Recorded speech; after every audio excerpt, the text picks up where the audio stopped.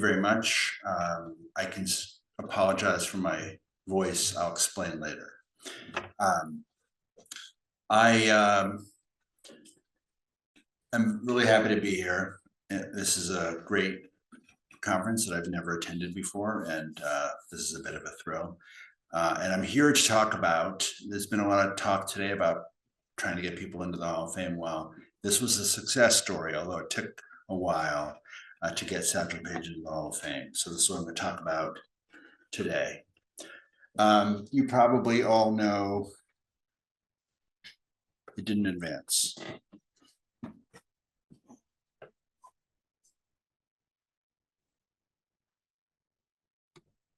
Yeah.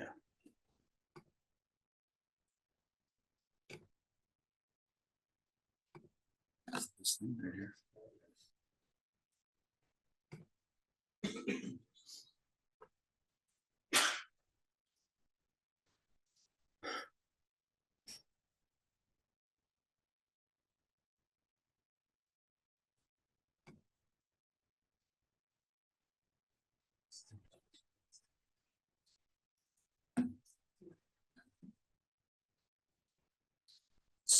Display needs to change. Its extended display properties change. There's always someone. It's okay. Give him a call. Let me see if we can talk me through it.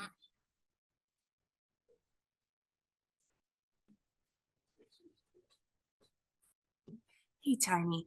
I'm hoping you can talk me through something. The PowerPoint for the next presenter isn't working because it's not. What'd you say was extended? The extended display. It's extended display. Does that make sense? So it's not showing presenter view like it was before, I think.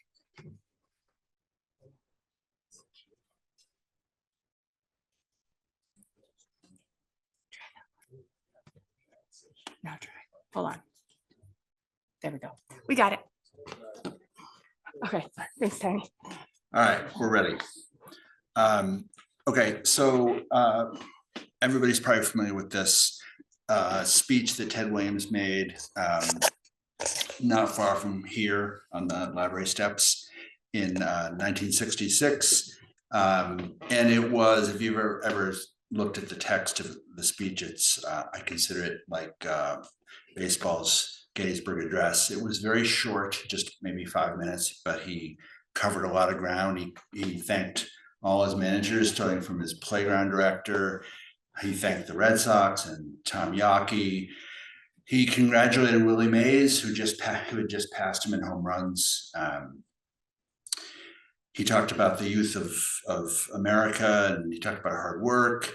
And then he, near the end of his talk, he mentioned that he hoped that someday that Satchel Paige and Josh Gibson would be honored in this building as well. So all my research projects start with my own personal curiosity, and if other people are interested in it, that's kind of a bonus.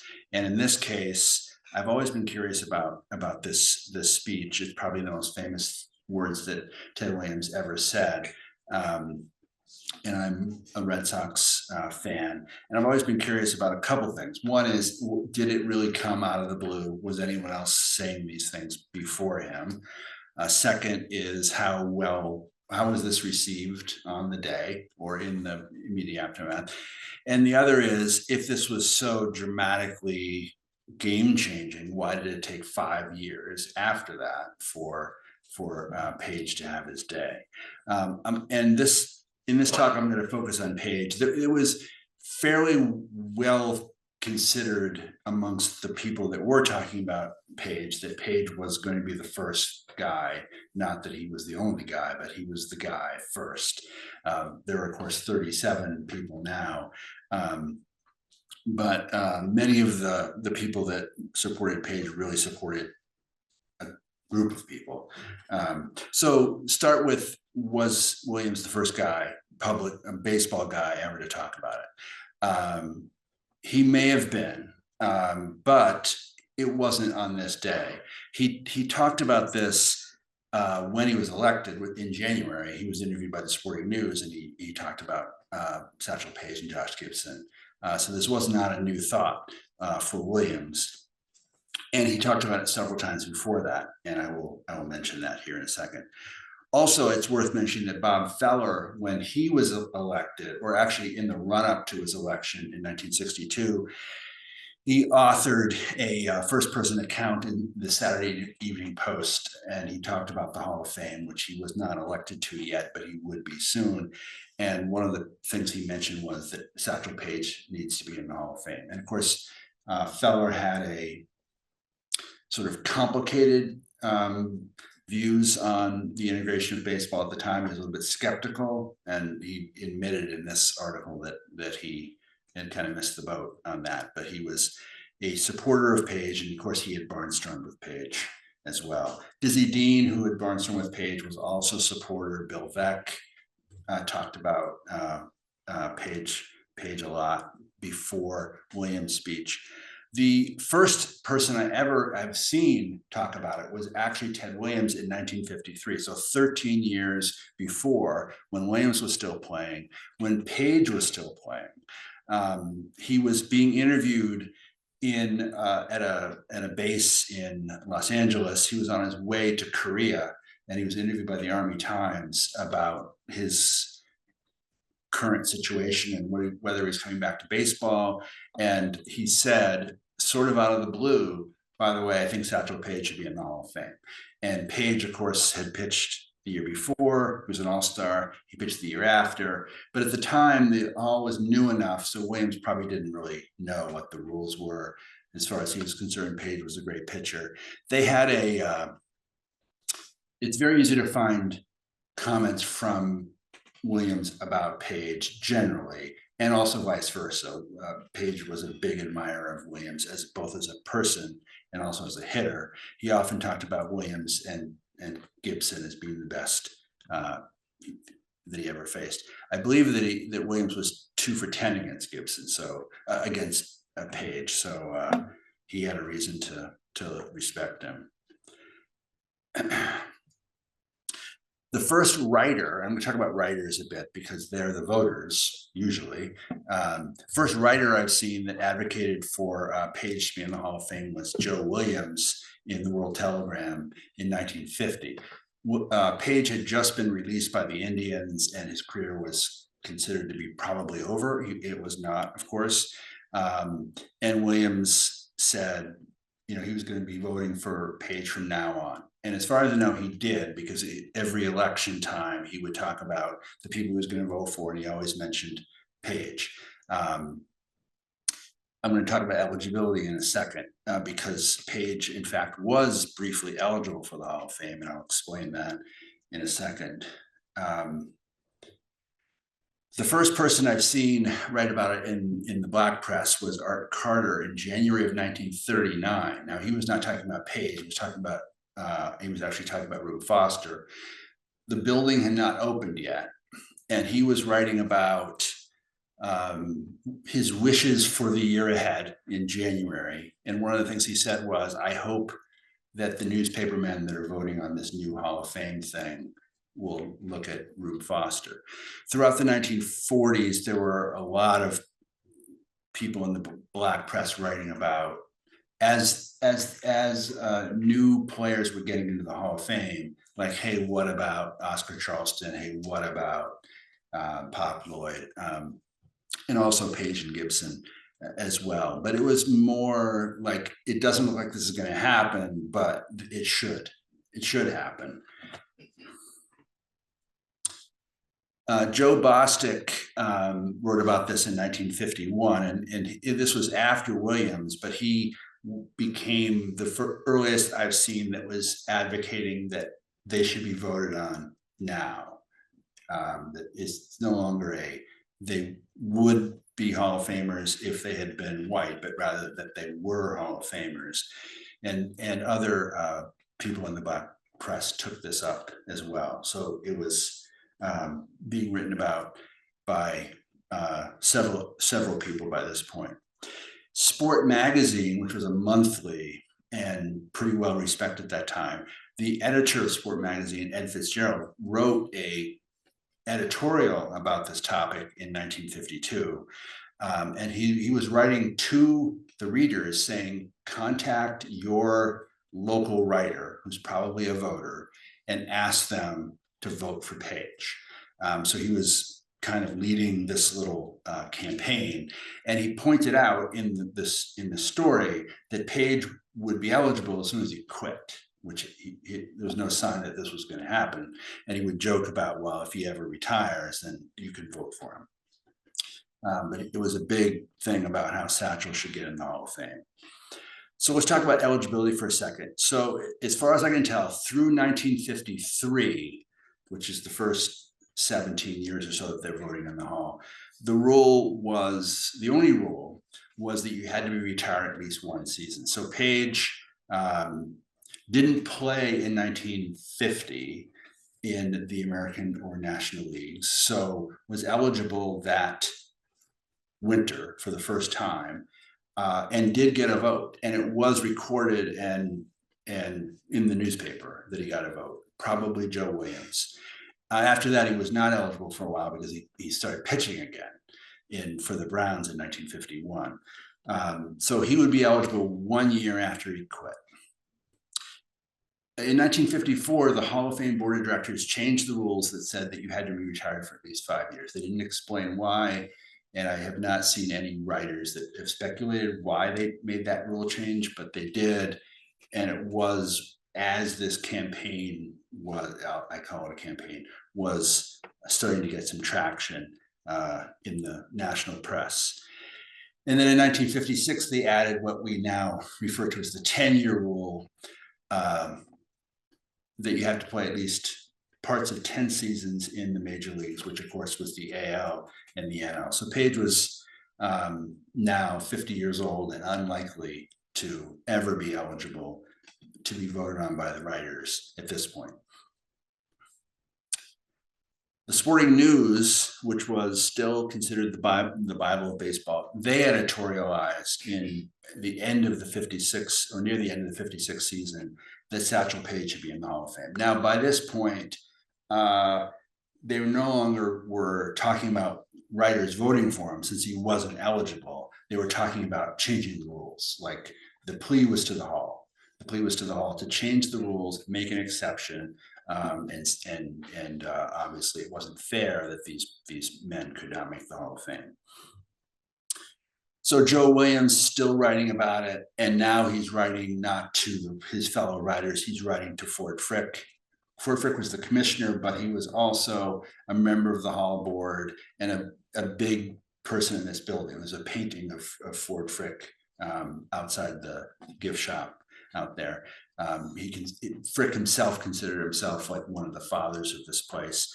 And so he's writing to Frick saying, change the rules. It's only fair. A lot of other writers are writing about this by this point. So this is by, say, 1960. And many of these writers were among the more well-read sports writers in white America anyway. And many of them were syndicated. Dave Condon was in the Sporting News. Harold Case was in the Sporting News. Cobbledick, Dick Young later, and other people were writing about it secondhand. Like, I just read this story by Gordon Cobbledick, and I'm going to comment on this. I did not literally find anyone writing as a sports writer that this should not happen. They did. The Sporting News published some letters to the editor a few times after their takes on it from people who didn't think Paige should make the Hall of Fame. And their argument was basically he only won 28 games. Okay, it wasn't don't put black people in the Hall of Fame. It was he doesn't have the record for it. So they did publish a few letters like that, but the voices that were raised were on Paige's side. Jim Murray, I love, because Jim Murray wasn't polite about the situation. Like other people would give you the resume and everything, and Murray would write, like, this is one of my favorite things he wrote, like, how can anybody in the Hall of Fame avoid wincing if they see Satchel Paige walking around, right? And he said things like this a lot in his columns, like that this was one of the shames of baseball. And it just as a reminder, I gave this talk to a different group locally. I removed the stuff where I'm telling you what Paige is doing all this time, because I think people probably know here. But Paige is still pitching around America, and so therefore in the news for other reasons. So he was very much on the minds of writers, because the writers would often write about Paige because they went to see him pitch, and then they would write about it and say, oh, by the way, he should be in the Hall of Fame.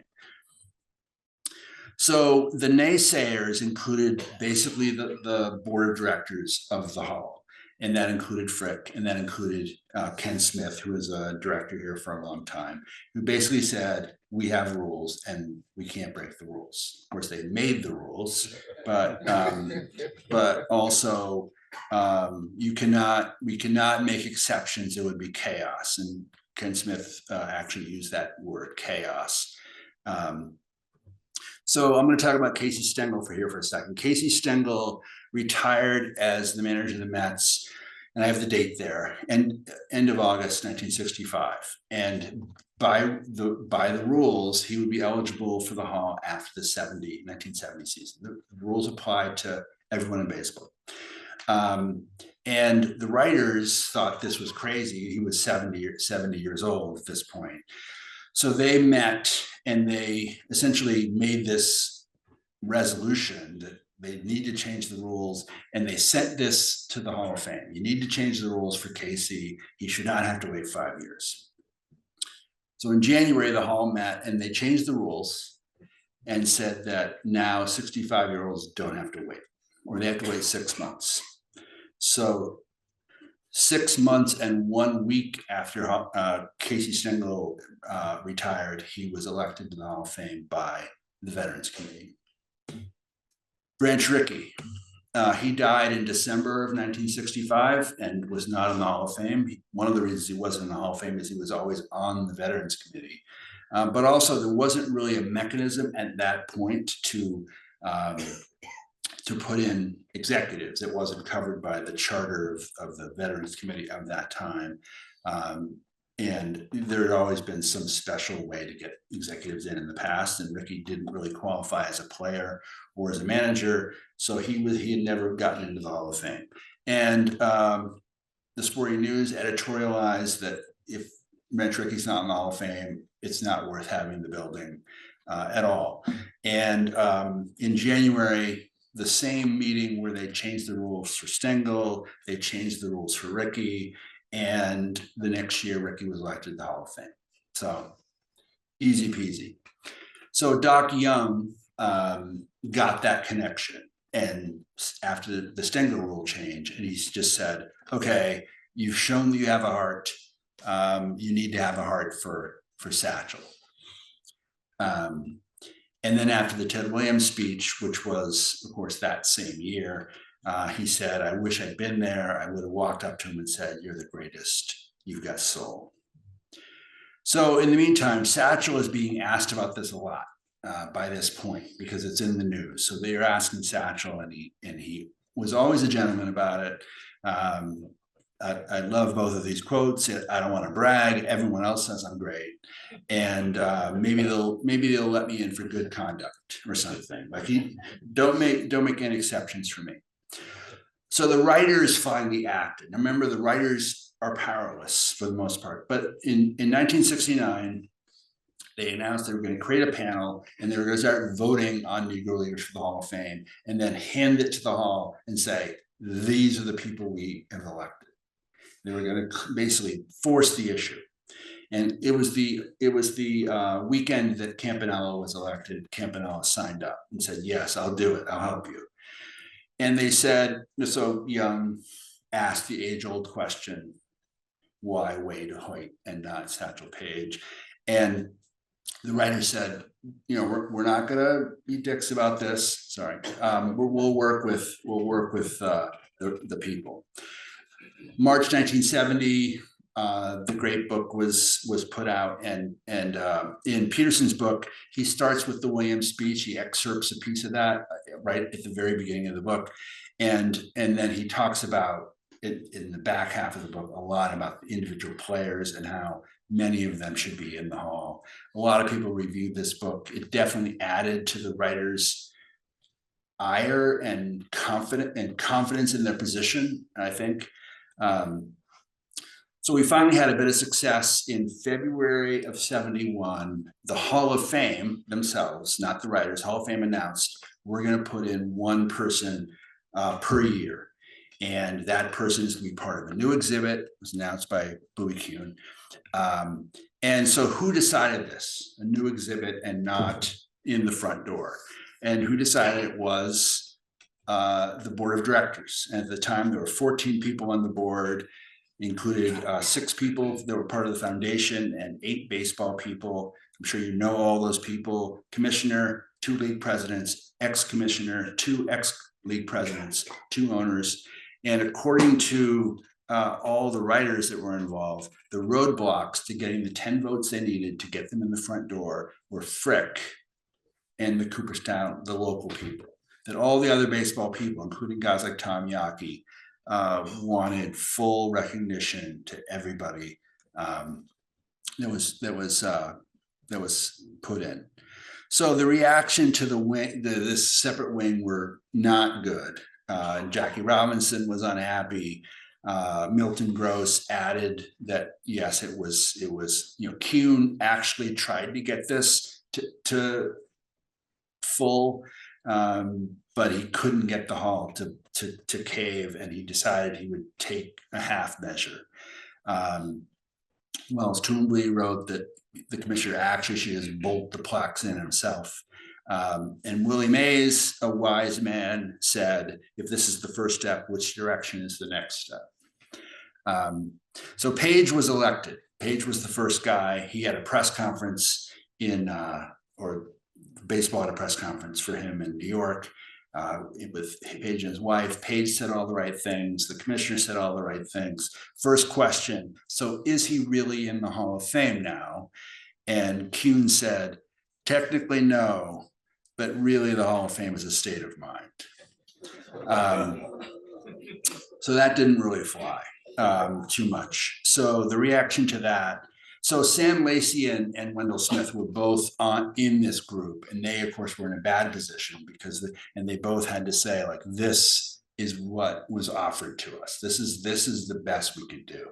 And they had to sort of defend this, which I'm sure they didn't enjoy doing. And Doc Young sort of bought that and said, okay, I understand that. His problem was they shouldn't do one at a time. They should put in, many people at a time.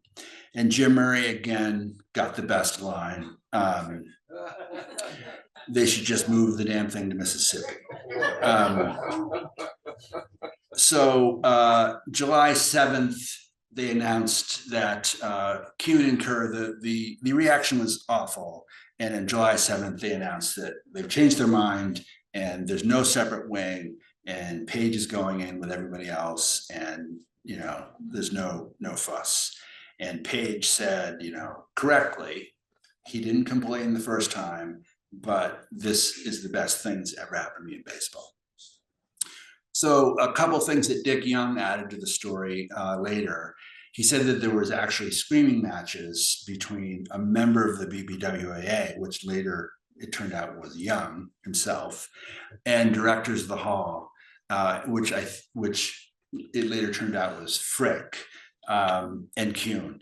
And he said that the writers were threatening to break with the hall on this issue and just have their own separate Hall of Fame, like have their own rogue Hall of Fame, which would be all the people in the Hall of Fame now, plus all the new people.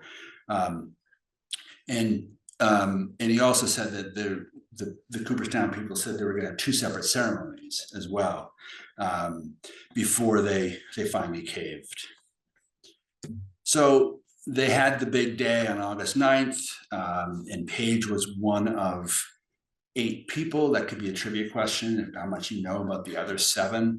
But Paige was the man everybody wanted to see. The people with asterisks were actually present at the ceremony, and Paige was the person everybody came to see. There were 2,500 people, so he spoke right outside the library over there, just like Williams had. And there were 2,500 people in attendance. And among those 2,500 were 16 people of interest who came for a different purpose. They came because the next day they founded the Society for American Baseball Research in the library right over here. And a few weeks later, they started a few research committees, one of which is the Negro Leagues Research Committee. And here we are. Thank you.